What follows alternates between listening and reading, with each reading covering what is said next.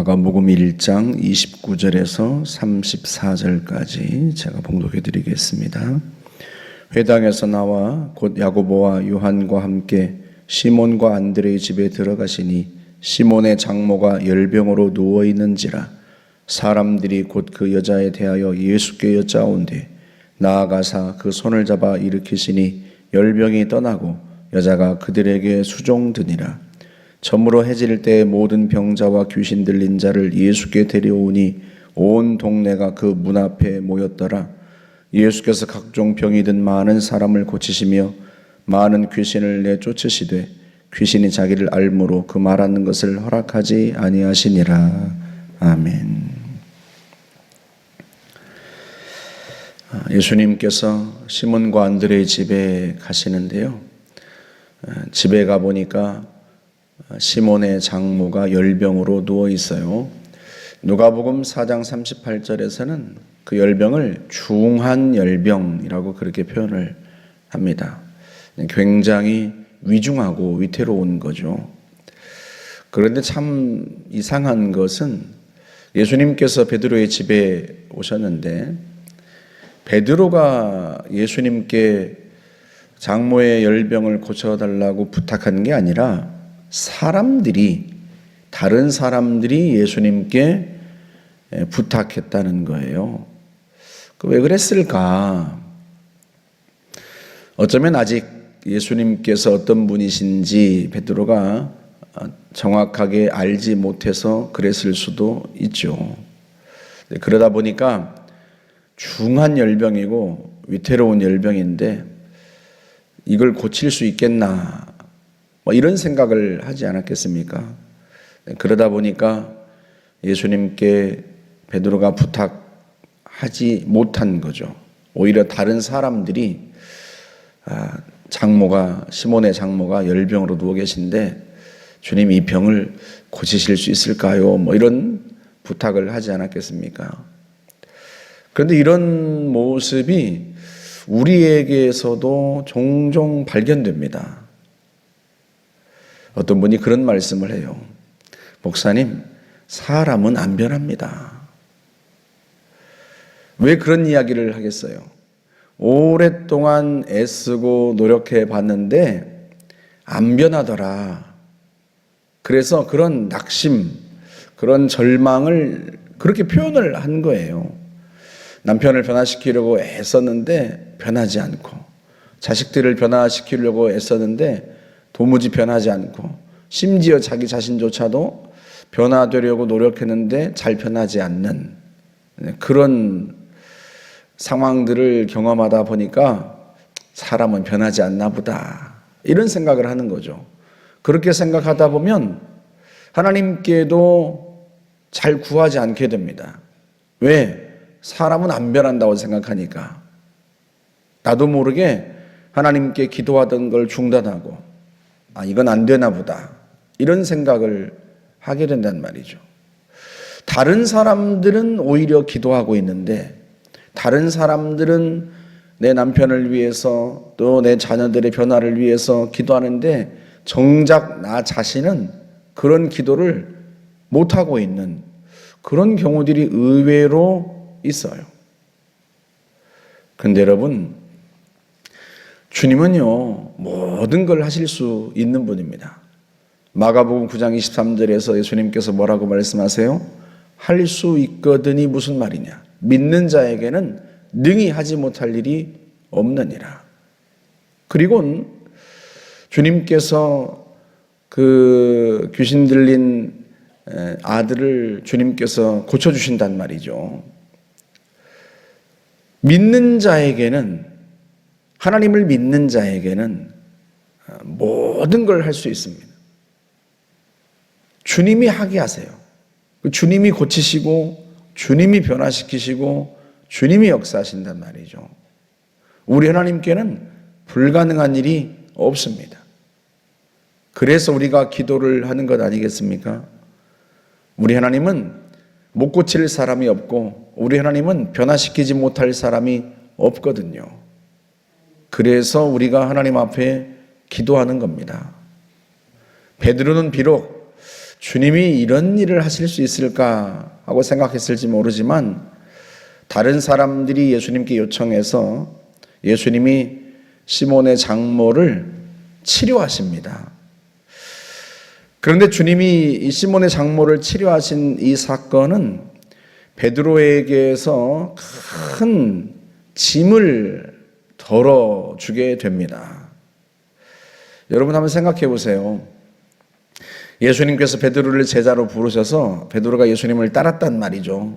그런데 정작 베드로의 집에는 중한 병에 걸린 장모도 계시고 가족들도 있습니다. 총각이 아니란 말이죠. 그러면 얼마나 예수님을 따르긴 따르는데 얼마나 큰 부담이 있겠어요. 가족 부양에 대한 부담, 또 아픈 장모를 두고 주님을 따라야 되는 그 짐, 그 부담이 있을 거 아니겠습니까? 저도 삼형제 중에 장남인데요. 제가 부모님의 반대를 뚫고 신학교에 갔는데도 이 가족 부양에 대한 부담과 짐이 굉장히 저를 한동안 짓눌렀어요. 내가 일반대에 들어가서 또 좋은 대학 나오고 좋은 직장 들어가서 돈을 많이 벌어서 가족들을 돌보고 동생들을 또 책임져야 되는데 하는 그 가족 부양에 대한 그 부담이 한동안 저를 짓눌렀단 말이죠. 베드로에게 그게 없었겠어요? 그런데 예수님께서 베드로의 장모를 치유해 주시는데요. 오늘 본문에 보니까 그 여자가 그들에게 수종드니라 하고 말씀을 합니다. 치유받고 나서 수종들었는데요. 성경에서 이 가장 아름다운 단어 중에 하나가 이 수종들었다는 단어예요. 디아코네오라고 하는 단어. 이 단어가 디아코노스라고 하는 단어에서 왔는데요. 종이란 뜻이에요. 그러니까 식탁에서 주인의 식탁에서 주인을 수종드는 시종하는 종을 가리킵니다. 성경에서 우리가 집사라고 한 직분을 가리킬 때 디아코노스라고 합니다. 그러니까 다른 성도들을 마치 주인의 식탁에서 주인을 수종들듯이 그렇게 성도들을 섬기는 사람, 그게 집사예요. 그런데 이 단어를 예수님께서 자기 자신에게 사용하십니다. 마가복음 10장 45절에서 주님이 뭐라고 말씀하시는가 하면 인자가 온 것은 섬김을 받으려 함이 아니요 도리어 섬기려 하고 자기 목숨을 많은 사람의 대속물로 주려 함이니라. 예수님께서 이 땅에 오신 이유가 뭐다? 섬기기 위해서, 마치 종처럼 그렇게 섬기기 위해서 어느 정도까지? 자신의 목숨을 내어놓으실 정도까지 우리를 구원하기 위해서 주님이 자신의 생명을 대신 속죄하는 제물, 대속물로 내어놓으시기까지 그렇게 섬기려고 이 땅에 오셨단 말이죠. 오늘 본문에 사용된 단어가 바로 그 단어입니다. 예수님께서 섬기려 오셨다 할 때 디아코네오라고 하는 단어가 오늘 그 여자가 사람들을 수종들었다, 그들에게 수종들었다, 이 디아코네라는 단어가 바로 수종들었다는 그 단어예요. 그러니까 주님께서 우리를 그렇게 섬기러 오셨듯이, 실제로 그렇게 섬기셨듯이 이 여인도 사람들을 수종들었다는 거예요. 단순히 예수님만 섬긴 게 아니에요. 오늘 보면서 뭐라고 말해요? 그들에게 수종들었다. 예수님만이 아니라 예수님의 제자들까지도 섬겼다 하고 말씀을 합니다. 그러니까 이 장모가 예수님만이 아니라 베드로도, 예수님의 제자인 베드로도 섬기고 다른 제자들도 섬기고, 그 전까지는 자신의 사위였는지 모르지만 이제부터는 예수님의 제자인 베드로를 그렇게 섬기는 거죠. 저희 어머니도 제가 목사 안수 받고 나서는 저를 제 이름을 부르지 않고 목사님 합니다. 어머니 눈에는 제가 아들이지만 아들이기 전에 하나님의 종 이렇게 생각되니까 그래서 그러신지 목사님하고 이렇게 부른단 말이죠. 시몬의 장모도 그런 거예요. 그러니 여러분 베드로가 얼마나 그 마음의 짐이 벗어지고 한결 얼마나 가벼워졌겠어요. 가족들을 두고 주님을 따른다는 게 마음의 큰 부담이고 더군다나 장모님은 병들었는데 그게 그 마음을 짓눌렀을 텐데 예수님께서 장모를 치유해 주시자 장모님이 자기를 섬기고 예수님을 섬기고 그렇게 수종 들었을 때 가벼운 마음으로 주님을 따라 나서지 않았겠습니까? 그러니 베드로의 그 짐을 주님이 벗겨주시는 거죠. 해질녘에 소문이 퍼져서요, 사람들이 병든 사람들을 많이 데리고 왔는데 예수님께서 그 병을 다 고쳐주십니다. 마가복음 8장 17절에는 예수님께서 병자들을 고쳐주신 이 장면을 해석하는 한 구절이 있어요. 마가복음 8장 17절에서 이는 선지자 이사야를 통하여 하신 말씀에 우리의 연약한 것을 친히 담당하시고 병을 짊어지셨도다 함을 이루려 하심이라. 주님이 우리의 연약함을 친히 담당하셨다는 거예요. 왜 주님이 우리의 연약함을 친히 담당하세요? 우리가 감당하기 어려우니까요.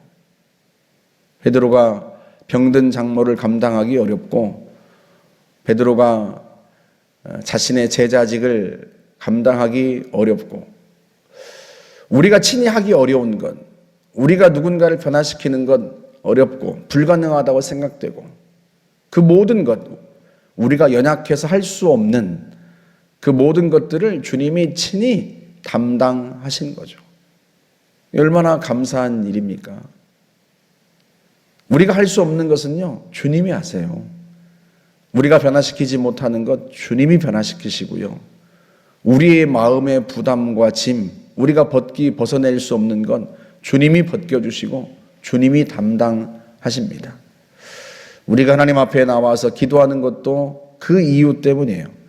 우리가 할 수 없는 것들을 주님이 하시고 우리 앞에 있는 장벽들을 주님이 뛰어넘게 하신단 말이죠. 그 은혜를 누리기 위해서 우리가 하나님 앞에 나오는 것입니다. 그래서 히브리서 4장 16절에서 우리가 때를 따라 돕는 은혜를 얻기 위하여 은혜의 보좌 앞에 담대히 나아갈 것이니라.